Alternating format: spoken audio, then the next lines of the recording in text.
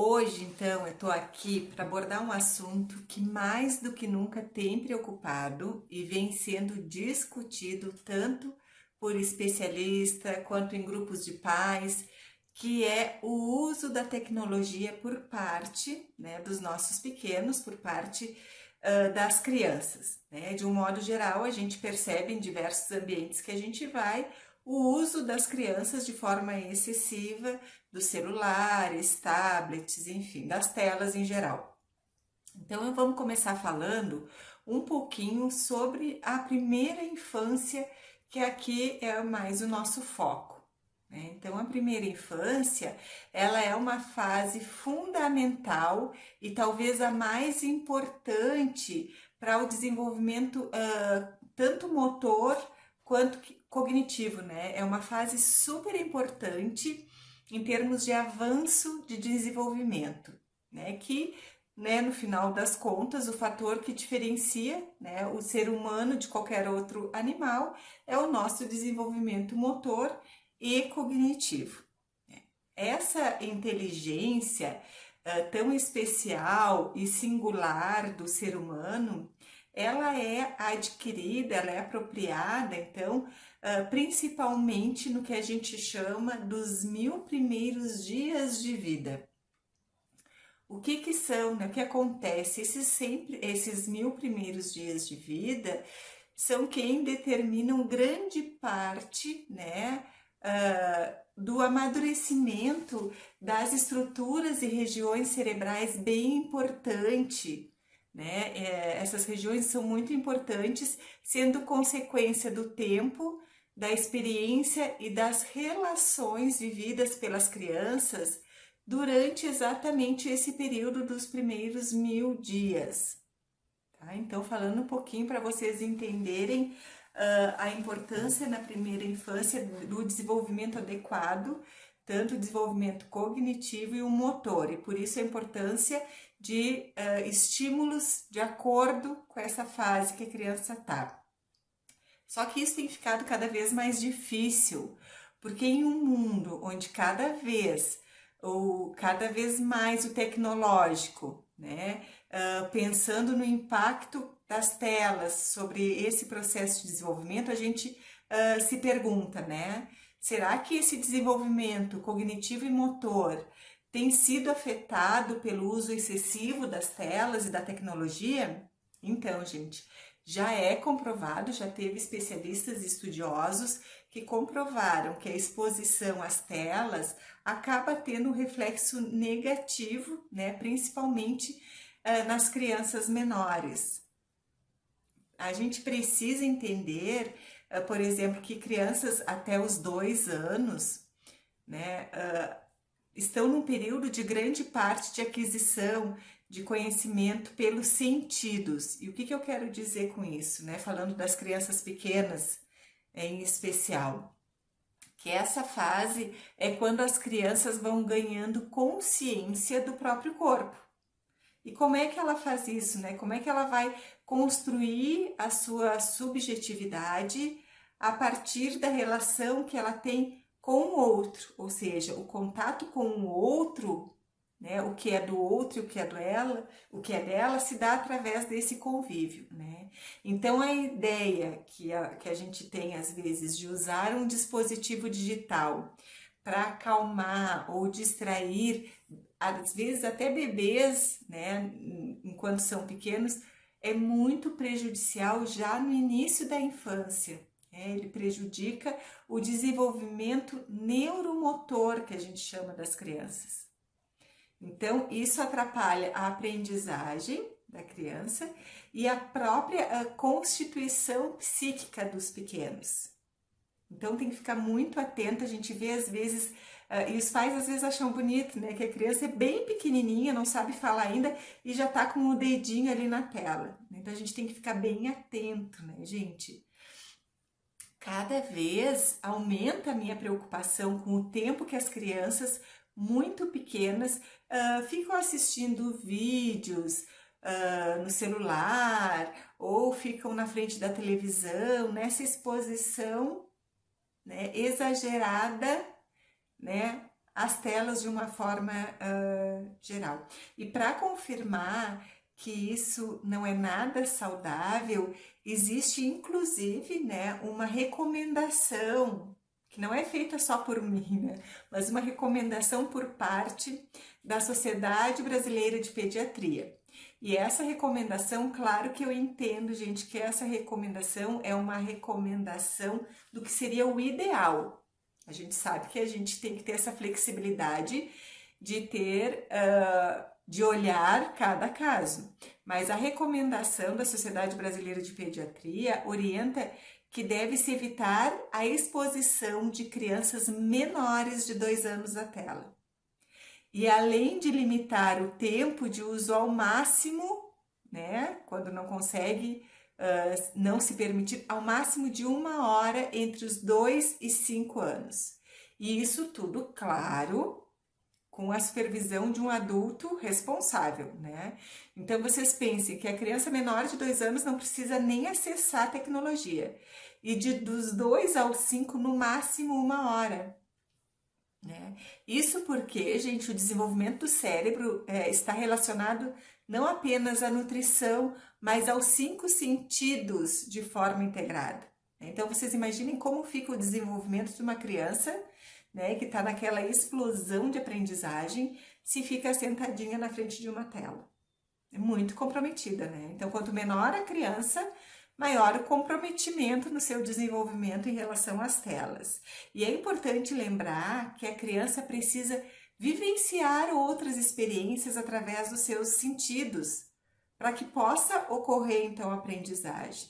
Então, que viva com exemplos concretos. Por isso, gente, é muito necessário que a criança pequena vá no parquinho, que brinque, que se suje, que toque na areia, que ouça, que sinta cheiros e gosto. Elas precisam experimentar as coisas. E é assim que ela vai, aos poucos, modelando a produção e a conexão dos neurotransmissores dentro da cabecinha dela. Ela precisa viver as coisas, precisa tocar, precisa sentir. Pensando nisso, então, se a gente for refletir sobre a importância de tudo isso, a gente se sente na obrigação de garantir momentos ricos, com riqueza dos estímulos, que ultrapassam, então, só o brilho das telas e a virtualidade, como as experiências diretas do corpo, como de brincar ao ar livre, né? Ou do som da palavra que é emitida pela mãe, né? Então, nunca o que ela vê na tela vai ter o mesmo significado do que é falado pela mãe, da potência do apego e do vínculo. Então, a gente não pode privar os nossos filhos de tudo isso. E para vocês terem uma noção, assim, para ser dito uma ideia de tudo isso que eu estou falando, da importância de tudo isso, em 2019, então não há muito tempo atrás, aconteceu uma pesquisa. O que ela constatou? Constatou que quanto maior o tempo de exposição das crianças pequenas às telas, pior o desempenho cognitivo dessa criança. Isso é bem sério, bem pontual, assim, bem importante, gente. E esse estudo não foram realizados com 10, 20 pessoas, foi um estudo que acompanhou 2.441 mães e crianças em marcos, né? Então, os 24 meses, os 36 e os 60 meses. Né? Identificando um tempo médio de exposição nos Estados Unidos de 2 horas e 19 minutos, mais ou menos, por dia. Né? Então, tem esses detalhes, assim, dos minutos, porque essas pesquisas são bem meticulosas, né?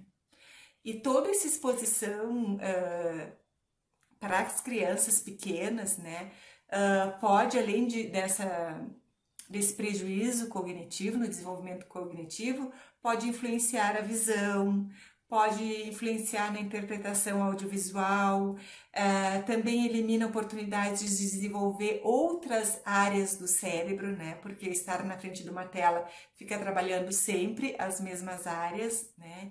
Então, também prejuíza a criança a desenvolver suas habilidades interpessoais e as motoras, né? Como eu já tinha dito, além das habilidades de comunicação.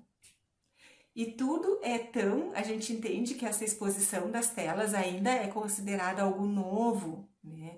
Então é tudo tão novo que a gente não consegue, ainda não é possível saber todos os domínios que são afetados pelo excessivo tempo de tela, né? Porque a última geração que está vindo aí é que está tendo essa exposição demasiada. Com a pandemia só piorou, né, gente? Mas já se sabe que há atraso no desenvolvimento da criança, isso aí é algo que já é notável, né?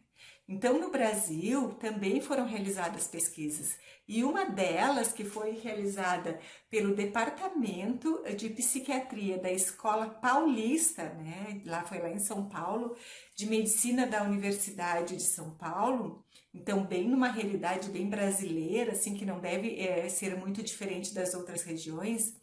O que essa pesquisa investigou? Essa pesquisa, ela investigou a relação entre as habilidades motoras, atividade física, uso de mídia, hábitos de tela e duração de sono, né, em 926 crianças entre 4 e 6 anos. Então, não está falando só mais de crianças do 0 aos 3, a gente está falando de crianças já de 4 a 6 anos.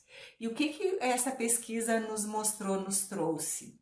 Os resultados apontaram que mais de 55% dessas crianças, que é um número significativo, 926 crianças, faziam refeição assistindo televisão, 28% passavam longos períodos vendo TV, ou jogando videogame, ou usando computador, tablet ou telefone celular. Gente, 55% dessas crianças, enquanto estavam fazendo as refeições com a sua família, estavam na frente de uma tela. Isso aí é muito significativo.